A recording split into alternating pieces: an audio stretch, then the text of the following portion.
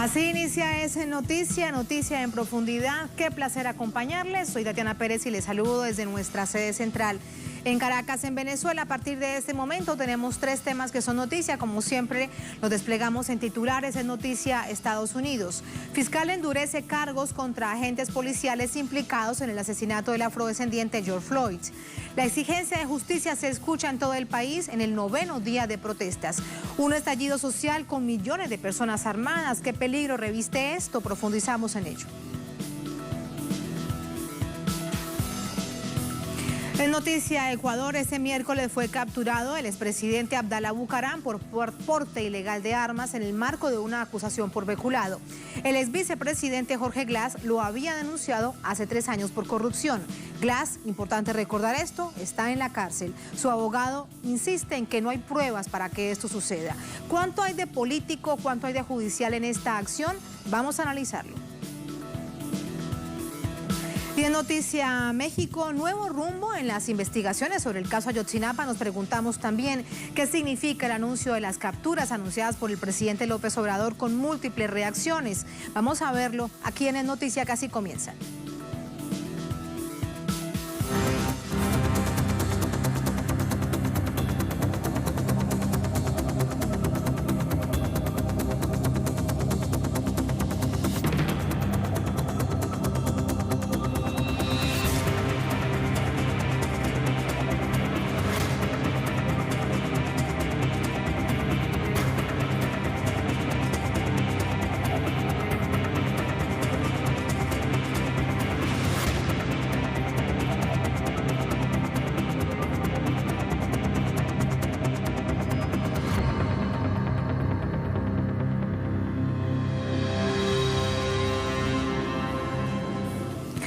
En noticia, Estados Unidos, las movilizaciones en rechazo al asesinato de George Floyd han evolucionado hacia una revuelta racial en todo el país, en todo Estados Unidos. Incluso en otros países donde las comunidades afrodescendientes están rebelándose contra el orden establecido que los ha excluido por siglos. Tras 8 días de protestas en Estados Unidos, que se han extendido a otros territorios como Francia, Inglaterra, España, Holanda, entre otros, las acciones de calle que iniciaron por el asesinato del ciudadano afrodescendiente de 46 años se está convirtiendo en un movimiento que busca la reivindicación de las comunidades afro de todo el planeta. La presión social ha obligado a las autoridades estadounidenses a actuar en contra de los 4 policías involucrados en el homicidio de Floyd. En la misma línea, las protestas evidencian un quiebre entre el presidente Trump y algunos sectores militares del país, situación que hizo pública el secretario de Defensa, Mark Esper, quien se opone a la propuesta presidencial de utilizar la ley de insurrección en el actual contexto. La opción de utilizar las fuerzas de servicio activo en función de aplicación de la ley solo debe usarse como un último recurso y solo en situaciones más urgentes y graves. No estamos en una de esas situaciones ahora. No apoyo invocar la ley de la insurrección. En este sentido, el dirigente antifascista Benjamin Dixon expresó a través de su cuenta Twitter que las medidas tomadas por el gobierno solo pretenden calmar los ánimos para desactivar las movilizaciones de calle, para impedir que se genere un cambio estructural dentro de la sociedad estadounidense, y textualmente expresó: la intención de las acciones de hoy es detenerte antes de que se logre un cambio real. Imputan a los 4 hombres. El secretario de Defensa se separa del presidente. Envían a Barack Obama para apaciguar. ¿Qué es lo que falta? Un cambio real. Nada ha cambiado. Fuentes historiográficas estiman que entre 11 y 28 millones de africanos fueron secuestrados y transportados al continente americano para trabajar como esclavos durante el período de la colonización, de los cuales el 20% habría muerto en la travesía debido a las torturas y paupérrimas condiciones características de los llamados barcos negreros. Es por ello que las comunidades afrodescendientes han padecido una exclusión histórica dentro de las formas de organización de la vida en el denominado mundo occidental. Pese a que en Estados Unidos la esclavitud fue abolida en 1863, la segregación racial es más que evidente en todos los ámbitos de la vida de un país, con altos índices de intolerancia y racismo enquistados en su sociedad. De acuerdo al portal BuzzFeed News, para la tarde de este lunes, las protestas de los últimos días habían dejado un saldo de 13 fallecidos y más de 11.000 detenidos. La espiral de violencia preocupa en un contexto donde millones de estadounidenses cuentan con un arma de fuego cuya compra se disparó durante la pandemia. El libre derecho al porte de armas está permitido bajo la segunda enmienda de la Constitución estadounidense.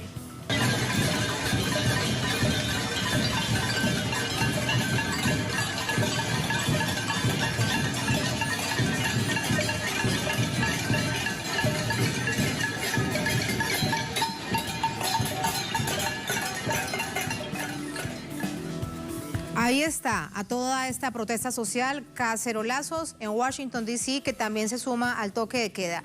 La situación a esta hora en la nación, en todo el país. Jorge Gestoso nos amplía desde Washington. Hola Jorge, muy buenas noches. ¿Qué tan fuerte se sintió este cacerolazo allí en la capital? Se sintió muy fuerte, Tatiana, y se siente todavía con más dolor ver en esta capital, en donde quienes hemos vivido por muchos años jamás hemos presenciado un espectáculo de este tipo, de ver soldados armados hasta los dientes como si fuera en una zona de guerra para intentar parar, intentar eliminar manifestaciones pacíficas.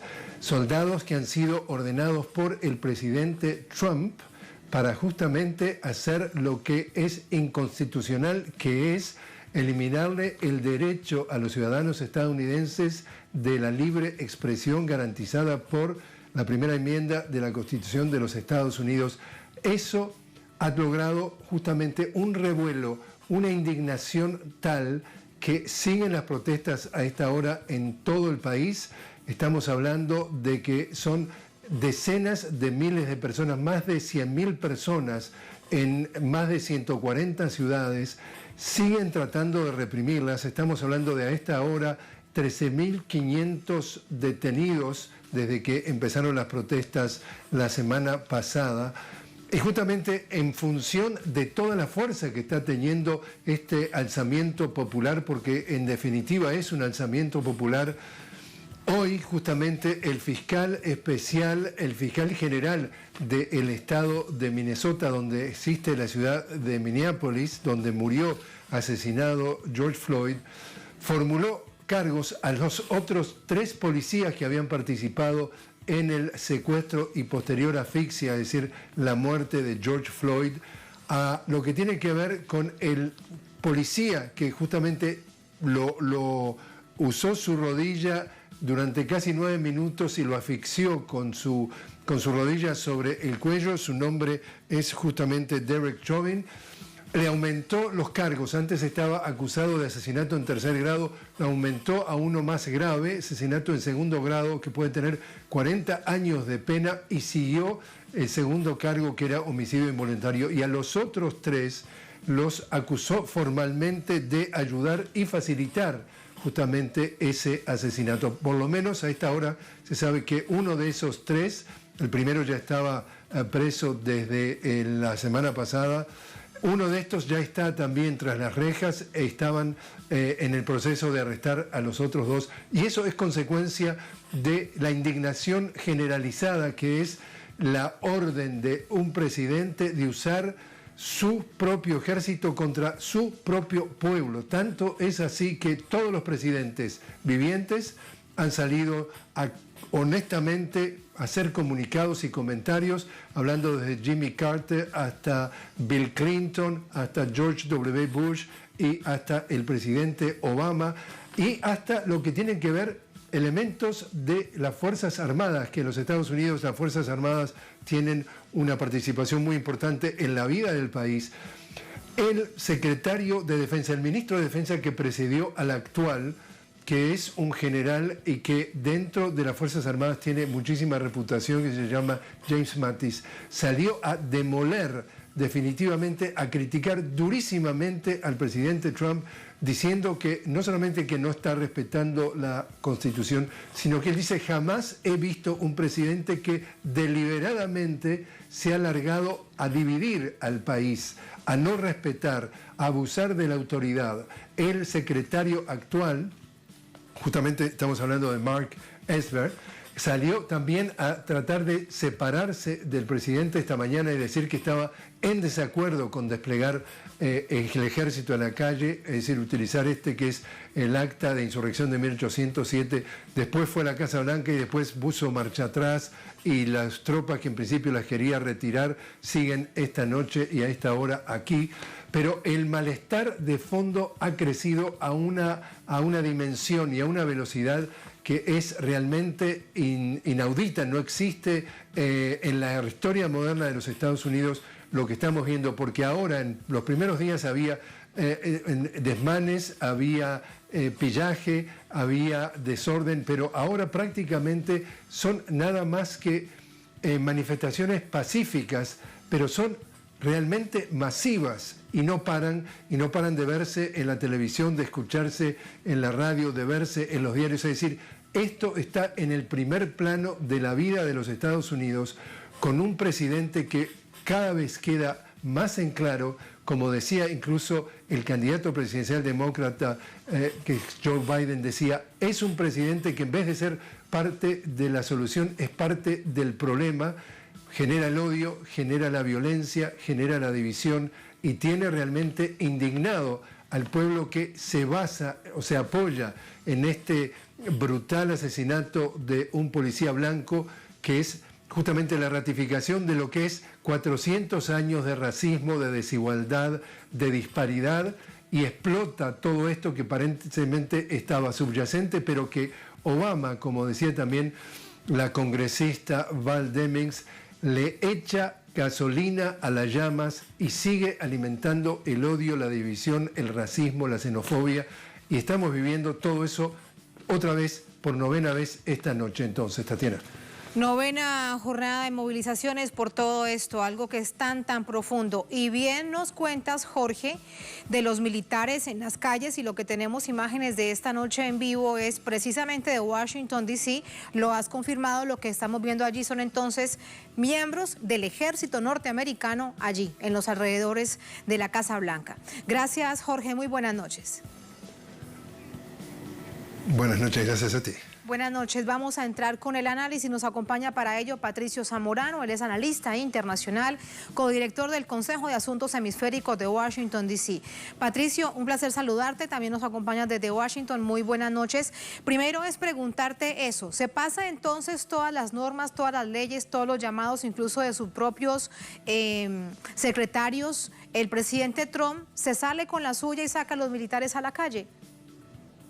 Yo te diría que va a ser extremadamente difícil. Ya toda la clase política, la mayoría incluso del Partido Republicano, se han opuesto a esta medida que va a romper con la constitucionalidad de los Estados Unidos. Es un acta que existe, esta ley de insurrección de 1807, pero que ha sido usada en pocas ocasiones, aunque ha sido utilizada por algunos presidentes de la época contemporánea, pero en casos muy extremos. Por eso es que el secretario de Defensa, Esper, señala claramente que no están las condiciones para el tipo de acta, que está un poco diseñado contra la rebelión, no está diseñada para enfrentar la libertad de prensa o la libertad de información o la libertad de expresión de la gente y de protesta en las calles de manera pacífica. Sin duda que Trump quiere militarizar el país. Él, como decía también uno de los que lo criticó fuertemente, el ex secretario de Defensa bajo Trump, James Mattis, acaba de hacer una declaración muy fuerte contra Donald Trump, contra su ex jefe, con nombre y apellido, en que lo acusa de inmadurez política y lo acusa por crear división dentro del país en vez de unir al país en esta etapa de mucho sufrimiento moral por la forma en que murió George Floyd allá en Minneapolis. Entonces, sin duda que Trump no cuenta con el apoyo de casi ningún sector para militarizar al país de la forma en que lo quiere hacer, haciendo uso de tropas federales. Y a todo esto sumar una pregunta que planteábamos en titulares, Patricio. Hay un estallido social, hay mucha rabia, mucha indignación en las calles, pero también muchas armas en manos de los civiles. Se calcula que por lo menos en cada casa de un estadounidense hay 2 armas. ¿Esto cómo suma a la situación tensa que vive el país? Así es un tema importante, pero llama la atención. Si tú te has fijado, no hay tanto herido de bala desde la civilidad hacia las fuerzas policiales, por ejemplo. Hay casos, hay cientos, algunos dicen miles de heridos que no se han podido contabilizar bien, pero efectivamente se nota que la gente que está expresándose en las calles es gente que cree en los valores de la diversidad, de la expresión pacífica, y no ha habido un impacto fuerte. El impacto que puede haber fuerte es que si esto no se controla, y se criminaliza a la protesta pacífica. Existe un gran riesgo también del uso de las Fuerzas Armadas, fuerzas que no están preparadas para funciones de seguridad pública. Entonces hay un tema importante. Sí, sin duda que para todo análisis el hecho que hay más de 300 millones de armas en manos civiles en los Estados Unidos es un tema que hay que considerar. Muchas de ellas también están en manos de milicias privadas, milicias antiestado, milicias que son digamos fuera del sistema político o que lo critican fuertemente. Entonces, claro, hay que tener mucha atención con lo que puede pasar si se genera violencia del Estado y la población civil genera violencia desde su posición civil hacia las fuerzas policiales o las fuerzas militares, ¿no? Incluso, Patricio, con un mensaje muy agresivo por aquellos que pretenden ser candidatos. A través de un tuit vamos a revisar esto para mirar que no es solamente un asunto nacional, también en lo local hay gran preocupación por ejemplo, mensajes como estos es de una candidata republicana, Trump, por supuesto, donde ella dice que amenaza a estos grupos antifascistas, que los hemos visto muy activos en las calles en los últimos días, que protestan contra el racismo, contra la violencia, y que el presidente Trump había dicho que eran calificados, que eran catalogados como terroristas. El lema de ella es Save America, Stop Socialismo. Y entonces ese es el video, Patricio, que ella sube a las redes sociales. Con tal nivel de amenaza, una candidata republicana en una localidad en Estados Unidos. ¿Es la inspiración entonces, Patricio, de... Democrats fight for their socialist agenda every single day. I'll fight even harder to stop them. I'm Marjorie Greene. Es, Patricio, el mensaje que se envía también desde las localidades, y a esto sumar videos que también han circulado bastante durante esta jornada, en partes, no en las grandes ciudades, pasan comunidades afroamericanas caminando en este nivel de protesta por las calles, y hay blancos muy grandes y fuertemente armados en posición amenazante. Así es, bueno, aquí hay un tema importante, hay un doble estándar enorme. Hay que recordar que hace un mes o entre 1 y 2 meses atrás, supremacistas blancos y gente de derecha, de extrema derecha, apoyadores de Donald Trump, empezaron a hacer una ola de protestas contra la medida de paliación de la infección del coronavirus, y Donald Trump, en vez de declararlos terroristas, los celebró y los impulsó incluso. Entonces hay un doble estándar enorme en la forma en que Donald Trump ahora intenta simplificar este gran movimiento social en todo el país contra la brutalidad policial, contra la discriminación contra las minorías, e intentar simplificarlo como si fuera Antifa, que es el grupo antifascista que Donald Trump se ha centrado fuertemente y que lo acusa de terrorista.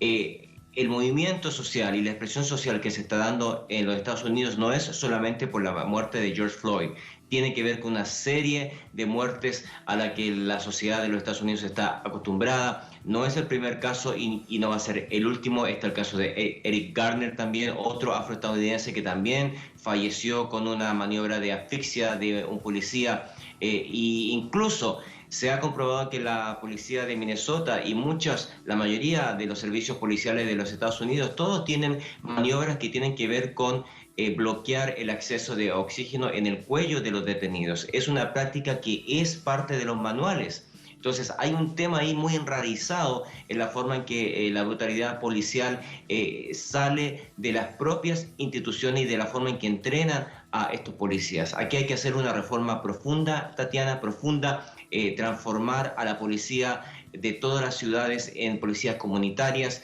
en policías con más diversidad, en que afroamericanos cuiden a sus propias comunidades, que los latinos hagan lo mismo. Entonces, que haya una diversidad concreta y que le devuelva el valor a la vida humana a todos los civiles que se ven enfrentados a este contacto con la policía desde la pobreza. Entonces, ese es el problema principal, yo te diría, desde el análisis, desde la posición de Donald Trump, es criminalizar la pobreza y utilizar ese sentimiento que es compartido por un 25 o 30% de los apoyadores de Donald Trump, es compartido por un porcentaje de la población y que Donald Trump, lejos de neutralizarlo, lo celebra, lo impulsa, lo potencia a través de la reacción que ha tenido en estos últimos días. Y allí además el uso político que se ha denunciado por parte de la oposición, en particular de los demócratas, el uso político electoral que le ha dado el presidente Trump de cara a las presidenciales de noviembre.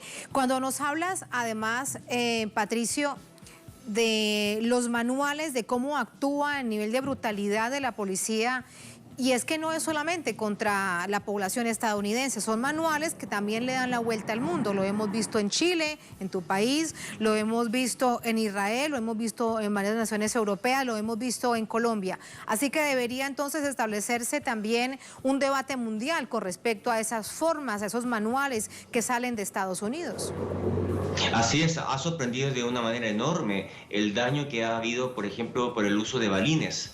Hay gente, incluyendo una periodista que perdió un ojo, una periodista mujer que perdió un ojo por un balín que le impactó en su rostro, en una actitud criminal. Los balines no están diseñados para la parte superior del cuerpo.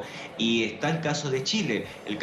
Es un caso dramático en que cientos de personas perdieron uno, incluso en algunos casos ambos ojos, por el uso de balines apuntados a la cabeza. El caso de Israel también es conocido, estudios de casos académicos. El caso de Israel es uno de los graves también. Y ahora Estados Unidos, impresionante que se está llegando al mismo nivel de imágenes dramáticas del uso de balines provocando muchas heridas graves, ¿no? Entonces, aquí hay un tema. La forma en que se ha hecho la represión policial ha sido de una manera escandalosa. Hay que recordar que el gobierno de Australia presentó un reclamo formal y pidió una investigación formal al Departamento de Estado y las autoridades del gobierno de los Estados Unidos por el hecho de que se hirió y se atacó a periodistas australianos. También pasó el caso de Alemania. Otra pareja de periodistas, un reportero con su camarógrafo también afectado fuertemente por la policía aquí en Washington. Entonces hay reclamos de los gobiernos ahora y un gran nivel también de solidaridad de muchos de los pueblos, de pueblo a pueblo, solidarizando con lo que está pasando en los Estados Unidos, que es un desastre social enorme y que desde la presidencia de los Estados Unidos no tienen ningún tipo de neutralización moral, algún tipo de posición de unión desde la presidencia, que el presidente Trump fuera capaz de unir al país, de consolar por la muerte de George Floyd. No ha hecho absolutamente nada de ese rol moral que la mayoría de los presidentes de derecha o de izquierda tienen en los Estados Unidos cuando se enfrentan estos dramas sociales, ¿no? Lo que ha hecho es todo lo contrario, atizar toda esta movilización social. Cada que habla le echa más leña al fuego y más gente sale a protestar. Patricio, gracias por ese completo análisis. Como siempre es un placer. Muy buenas noches. Buenas noches, Tatiana. Muchas gracias. Así nos vamos a la primera pausa en esta emisión de Es Noticia. Al volver en Noticia Ecuador, este miércoles fue capturado el expresidente Abdalá Bucaram por un porte ilegal de armas en el marco de una acusación por peculado. El ex vicepresidente Jorge Glass lo había denunciado hace 3 años por corrupción. Glass, recordemos, está en la cárcel. Su abogado de manera permanente denuncia que no hay un caso judicial en su contra, que se trata de un hecho político. Un asunto que analizamos al volver en Es Noticia.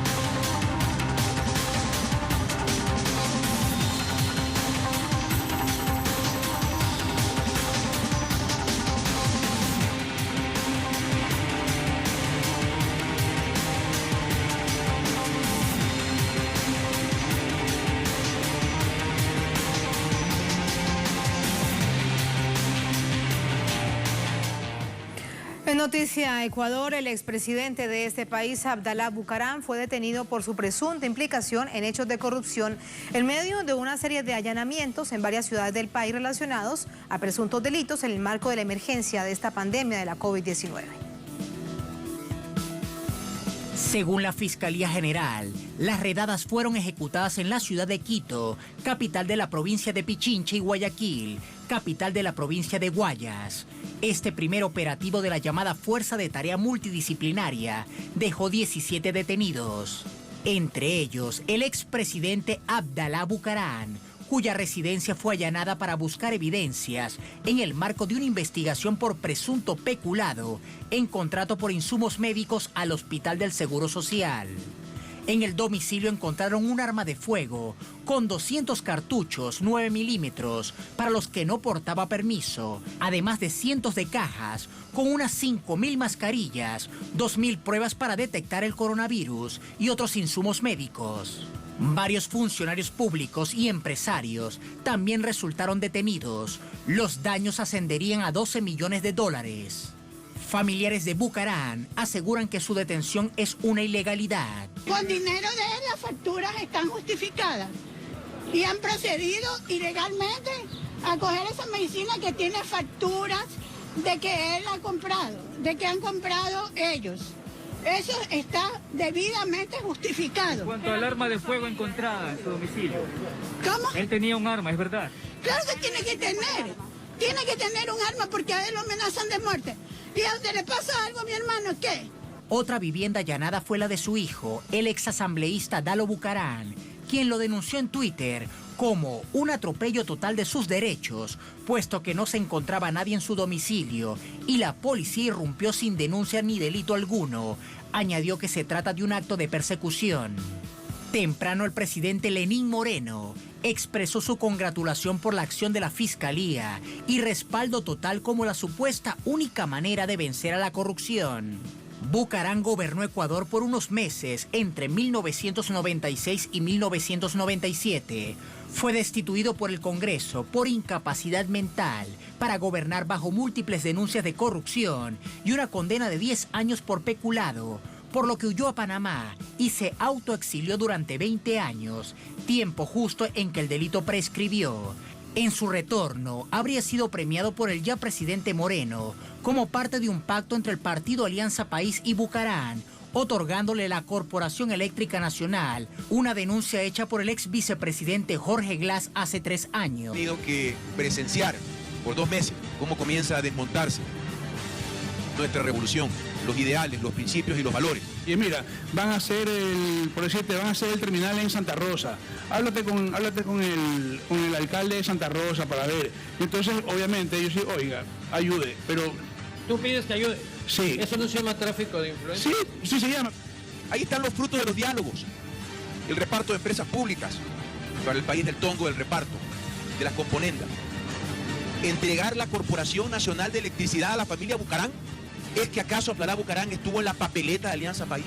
Hoy es Glass quien permanece privado de libertad desde 2017 con una sentencia de 6 años por el delito de asociación ilícita en el caso Odebrecht, en un proceso falto de pruebas y argumentos jurídicos. Allí los hechos. Vamos a sumar más información desde Quito a esta hora con nuestra corresponsal Denise Herrera, con reacciones por supuesto. Denise, buenas noches. Qué gusto saludarlos desde Ecuador. Durante el primer operativo de la Fuerza de Tarea Conjunta, liderada por la fiscal del estado Diana Salazar, se realizaron 37 allanamientos en la provincia del Guayas y de Pichincha, que dejó como resultado la detención de 17 personas. Dentro de ellas, el expresidente de Ecuador, Abdalá Bucaram. Durante el allanamiento a su domicilio en la ciudad de Guayaquil, se encontraron miles de mascarillas y de pruebas de detención de la COVID-19, pero además un arma de fuego.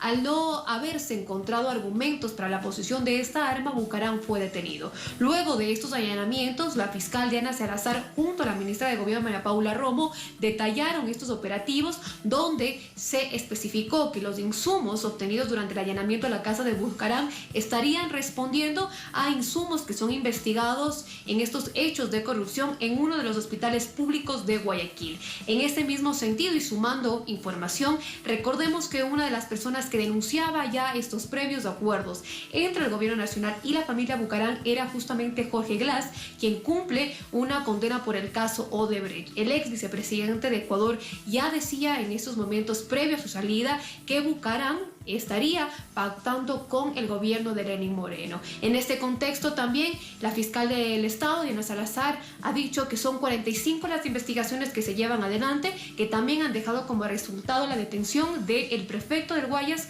Carlos Luis Morales, por investigaciones que se llevan adelante y estaría involucrado en el presunto delito de tráfico de influencias. Asimismo, también se lleva adelante varias investigaciones que involucrarían también autoridades que son parte del municipio de Quito, particularmente de la empresa de agua potable de la municipalidad de justamente de la capital ecuatoriana. Esta fuerza de tarea conjunta ha sido organizada y liderada por la fiscal Diana Salazar en su afán de continuar con todas las denuncias de corrupción que se han desarrollado durante la emergencia sanitaria de la COVID-19. Esta es toda la información que tengo desde Ecuador. Vuelvo contigo, estudios. Gracias, Denise. Muy buenas noches. Todos estos hechos vamos a ponerlos en el contexto, analizarlos con Pablo Fajardo, abogado. Es abogado de profesión y abogado de la Unión de Afectados por Chevron. Nos acompaña también desde Ecuador. Abogado, muy buenas noches. Y buenas noches, muchas gracias por el contacto. Gracias a usted. Nos preguntábamos, para entrar de inmediato con lo que planteábamos en titulares, ¿qué tanto hay de político en la detención del expresidente Bucaram? ¿Qué tanto hay realmente de un proceso judicial en su contra? Mire, yo creo que hay que poner las cosas en contexto y esto que ocurre el día de hoy no se originó exactamente ese día. Este obedece primeramente a un pacto político que hicieron distintas tendencias o fuerzas políticas en el año 2017 y 2018, básicamente con el presidente Moreno, para poder sostenerse en el poder en ese momento. Recordemos, por ejemplo, que en febrero de 2018 se hizo una consulta popular en la que habían 7 preguntas y el gobierno necesitaba que todas las otras fuerzas políticas apoyen esa consulta popular. En ese momento, distintos actores políticos, entre la familia Bucaram, por ejemplo, lo que hizo fue, perfecto, apoyar la consulta del presidente Moreno a cambio de una cuota de en este caso, la empresa eléctrica ecuatoriana, en este caso, o la Corporación Nacional de Electricidad del país, en este caso, ¿no? Entonces, hay un pacto político en ese contexto. Pero, ¿qué ocurre? Que obviamente se denunciaron diversos actos de corrupción en este contexto, en el manejo de la empresa eléctrica del país, como también ahora en la cuestión médica. O sea, el gobierno del señor Moreno, para sostenerse en el poder, con una popularidad tan baja que tiene, siempre fue necesitando de diversas fuerzas o tendencias políticas que le apoyasen para así poder mantenerse en el poder. Lo ha hecho los cristianos, el señor de Creo, el señor Lazo, por ejemplo, la familia Bucaram, entre otros. Los distintos actores políticos le apoyan a cambio de una cuota de cualquier empresa pública, por ejemplo, cualquier ministerio, y eso es una agente de corrupción que hoy se ha metido hasta lo más profundo de todo el país. Abogado Fajardo, ¿y en qué momento Bucaram se convierte incómodo para esa negociación política, para esa repartición política? Pienso que aquí juega un rol fundamental las redes sociales. Recordemos que el gobierno ecuatoriano también tiene un pacto con los medios de comunicación tradicionales del país. En ese contexto, los medios de comunicación tradicionales del país, sea prensa escrita, radio, televisión, jamás han ido publicando este tipo de hechos o de denuncias, como el que el señor Glass, por ejemplo, hace 3 años atrás, ¿sí? No lo ha publicado, no decía nada sobre eso, pero la cosa se fue desbordando por las redes sociales, donde se mostraban imágenes, documentos, distintas acciones de los diversos actos de corrupción del gobierno ecuatoriano y también sus aliados políticos, en este caso también la familia Bucaram. Cuando las redes sociales desbordan esta información, los medios estén obligados a decir alguna cosa y la fiscalía también obligada a actuar. Entonces ya obviamente en ese rato se convirtió en un socio incómodo para el presidente Moreno en ese momento.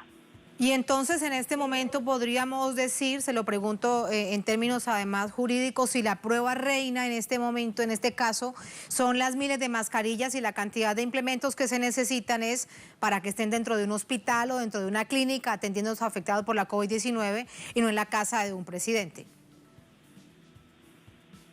Mire, honestamente, le soy muy sincero, tengo muy poca confianza, pero muy poca confianza en la justicia en este momento en el país, y mucho menos en la Fiscalía General del Estado, en esta investigación.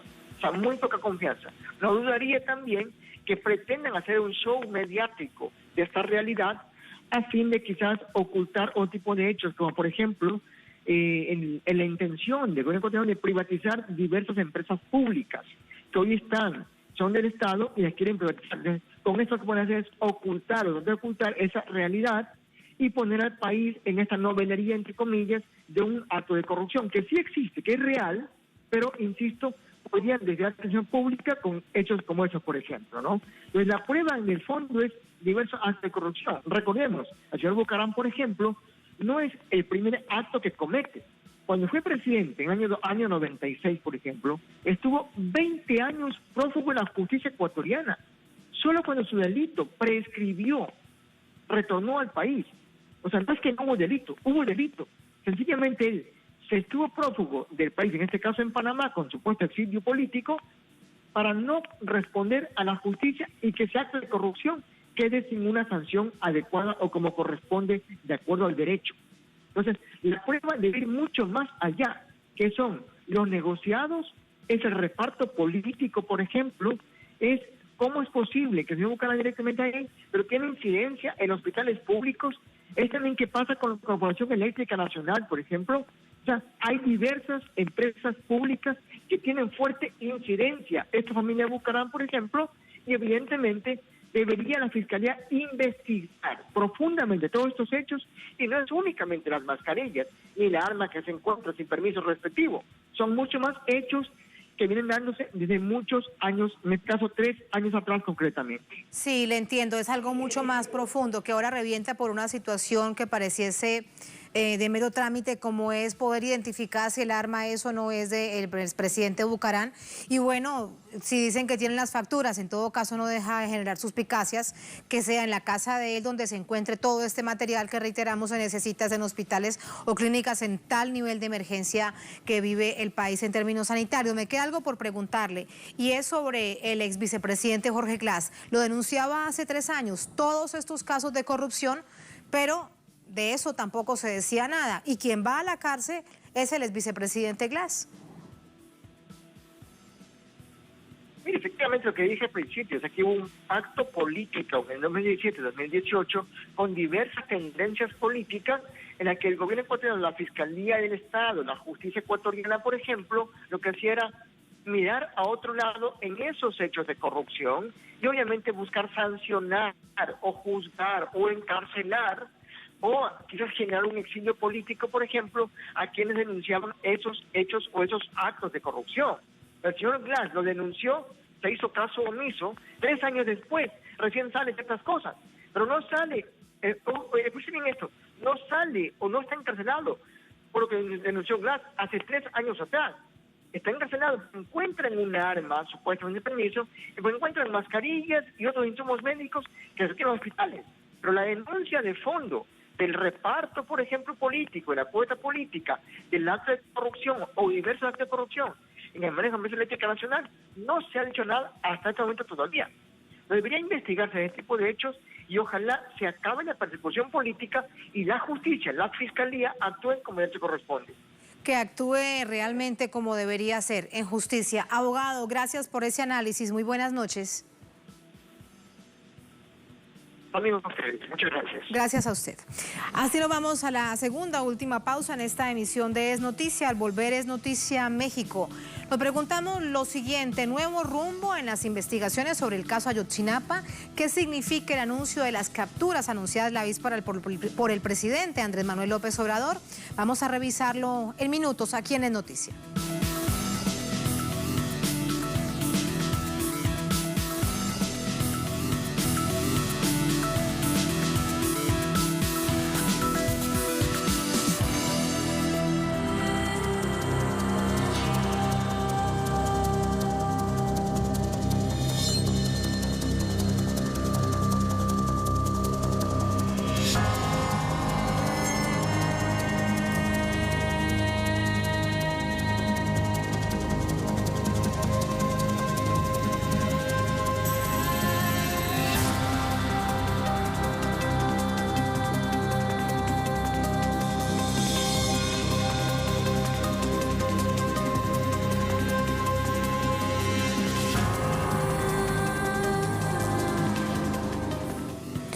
En Noticia México, el Ejecutivo Nacional marca un nuevo rumbo para desentrañar la desaparición de los estudiantes de Ayotzinapa. En la víspera, el presidente López Obrador anunció nuevas órdenes de captura de funcionarios públicos involucrados en lo que ha denominado una masacre. Los familiares de los estudiantes desaparecidos siguen exigiendo verdad y justicia. El presidente mexicano Andrés Manuel López Obrador dio a conocer este martes que el Poder Judicial emitió órdenes de aprehensión contra funcionarios públicos involucrados en la desaparición de los 43 estudiantes normalistas de Ayotzinapa, ocurrida hace 68 meses, en septiembre de 2014. En conferencia de prensa, el mandatario puntualizó que conocer lo sucedido a esos jóvenes es un asunto de Estado, una espina clavada que duele a México, que no va a quedar en el olvido y no va a funcionar el llamado pacto de silencio. Se está avanzando en las investigaciones según los informes que presenta la Fiscalía. Se han otorgado por la autoridad judicial órdenes de aprehensión para servidores públicos involucrados en este caso. La Secretaría de la Defensa ha estado proporcionando información, facilitando el que se hagan las investigaciones para conocer la verdad. Yo espero que pronto ya tengamos buenos resultados. López Obrador manifestó su confianza en que pronto habrá buenos resultados y añadió que el presidente de la Suprema Corte de Justicia, Arturo Saldívar, y el fiscal general de la República, Alejandro Hertz, están de acuerdo en trabajar de conjunto y avanzar en las investigaciones. Las reacciones en las redes sociales expresan que tanto familiares como ciudadanos no han olvidado el abominable hecho que estremeció a la sociedad mexicana e internacional y siguen pidiendo justicia. El 8 de mayo pasado, la Comisión Interamericana de Derechos Humanos, CIDH, acordó con el Ejecutivo la reinstalación del Grupo Interdisciplinario de Expertos Independientes, GIEI, para brindar asistencia técnica en las indagaciones sobre la masacre que tuvo lugar en la ciudad de Iguala, al sur de la capital mexicana. Asimismo, la Secretaría de Defensa Nacional, SEDENA, está entregando información a la CIDH para esclarecer el papel del batallón del ejército establecido en Iguala. Según el acuerdo entre el gobierno y la CIDH, los expertos trabajarán durante 9 meses y emitirán su primer informe a los 3 meses de su nueva entrada en funciones. El gobierno de Enrique Peña Nieto se negó a prorrogar la vigencia de la CIDH luego que los expertos detectaron irregularidades en la investigación y denuncias de torturas en los imputados. Familiares de las víctimas y sobrevivientes continúan exigiendo justicia y verdad para que no siga la impunidad y no se repita nuevamente una masacre que ha dejado heridas profundas en el pueblo mexicano.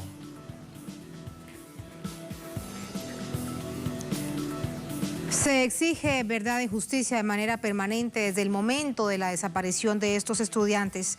Vamos a hablar de ello con Felipe de la Cruz. Él es vocero de los padres de familia de los 43 normalistas de Ayotzinapa desaparecidos en esta región de México. Felipe, buenas noches. Gracias por acompañarnos. Buenas noches. Gracias a ustedes por el espacio y la cobertura que nos siguen dando. De manera permanente seguimos, igual que ustedes, preguntando dónde están los estudiantes de Ayotzinapa. Primero déjeme preguntarle algo. El presidente ha hablado de una masacre y no de desaparición forzada. ¿Esto, a su manera de ver, implica un cambio en la investigación, en el camino de la investigación? No, porque se pueden utilizar los dos términos, porque esa noche hubo 3 estudiantes asesinados, otras personas también en los diferentes ataques que hubo fallecieron, y la desaparición de los 43 jóvenes que aún seguimos buscando. Así que no les genera angustia esta situación, que se denomine como una masacre. No, de hecho tenemos muy claro nuestra exigencia, nuestra demanda al gobierno de Enrique Peña Nieto, hoy al gobierno de Andrés Manuel López Obrador, porque como él lo maneja con mucha razón, que es un crimen de Estado y el Estado tiene que darnos respuesta. Sí, ahora, con respecto a esa llamada verdad histórica que intentó imponer el expresidente anterior, ¿hay algo que quede realmente de eso después de todo lo que se dijo? No, definitivamente la verdad histórica nunca existió, fue un montaje por el presidente Enrique Peña Nieto y todos sus colaboradores para distraer en tiempo real pues lo que había sucedido en Iguala. Por eso la insistencia nuestra de que queremos verdad científica y comprobable. Y hoy la voluntad que ha mostrado el presidente Andrés Manuel López Obrador dan señales de que pudiéramos llegar a la verdad. Respecto a los funcionarios que se anuncian, funcionarios públicos detenidos, ¿qué piensan ustedes? No se conocen, de hecho, de quiénes se trata, pero ¿qué tanta información podrían ofrecer a este caso tan necesario de establecer verdad y justicia? Bueno, para nosotros es bien importante porque en México ya se ejecutaron algunas detenciones de funcionarios como el director de la investigación criminal, su apellido es Peña, y por tortura en la creación de la verdad histórica es uno de los primeros funcionarios que ya están detenidos. Sí, así que ustedes perciben que si se suman estos hechos puede avanzarse en un nuevo camino de investigación o es profundizar en el que ya existe. Por ejemplo, si esto sucedió, esta desaparición se registró en Iguala cuando estos jovencitos estaban buscando los buses para trasladarse a las movilizaciones a ya kilómetros de distancia.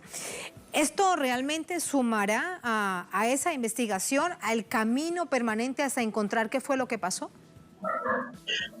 Pues sí, nos da la certeza porque ellos saben, ellos participaron en todo esto desde el 26 de septiembre del 2014 hasta el término del gobierno de Peña Nieto. Y hoy, bueno, como pues empieza a romper el pacto de silencio que se había tenido en el gobierno anterior. Entonces saben ellos qué pasó, saben dónde están, entonces empieza a detener a quienes participaron y tenemos la esperanza de que muy pronto pues la información empiece a fluir para llegar al paradero de los jóvenes. A esa necesaria verdad. Me queda algo por preguntarle y desde la perspectiva científica. El regreso de los investigadores internacionales, por ejemplo, recordamos los argentinos que son expertos en estos casos, ¿crees que eso también será una vía en la investigación?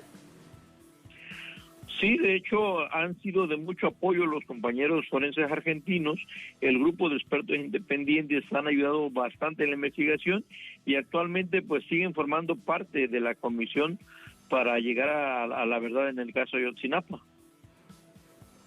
¿Qué más se necesita para que pueda avanzar, para que tenga más celeridad? Han pasado más de 6 años desde la desaparición de estos jovencitos, de los normalistas de Ayotzinapa. ¿Qué más se necesita para avanzar? Bueno, nosotros creemos que lo que se necesita son tiempos para dar resultados en la investigación. Antes de la pandemia nos reuníamos cada mes con el presidente Manuel López Obrador planeando las actividades que se tendrían que seguir y eso dio como resultado que hoy el fiscal general, el presidente de la Suprema Corte de Justicia de México y el presidente tomaron el acuerdo de participar juntos para agilizar resultados en la inversión. Estamos en espera de una próxima reunión que pudiera darse en esos días, si el presidente así lo decide por lo de la pandemia, para ver el cronograma de actividades y de resultados que los padres estamos exigiendo, porque nosotros somos las víctimas, son casi 6 años ya y necesitamos resultados pronto. Así es, y una vez que pase toda esta situación de la cuarentena para protegernos de la COVID-19, vuelven a retomar las calles. ¿En estos años han sentido que ha aumentado el acompañamiento y la solidaridad o que se ha ido, digamos, desdibujando ese apoyo ante la situación de violencia generalizada de México? Pues ha disminuido un poco en la cuestión de la participación por las condiciones en que nos encontramos aquí en México, por la cuestión de inseguridad, por las cuestiones económicas, pero el apoyo generalizado desde México y de fuera de México, ahí permanece y está fuerte la exigencia a la verdad y a la justicia. Muchísimas gracias, Felipe, por sus palabras, por su testimonio. Muy buenas noches. Gracias a ustedes, muy buenas noches, que estén bien. Muchísimas gracias, usted también, y un gran abrazo. Así vamos a poner punto final a esta emisión de Noticias. Gracias a ustedes por habernos acompañado. Cerramos nuestra pantalla tradicional. Nos quedamos en redes sociales, @Noticia Telesur, @Tatiana Telesur. Durante esta jornada, otro hecho fue noticia. Con eso los dejamos. Hasta mañana.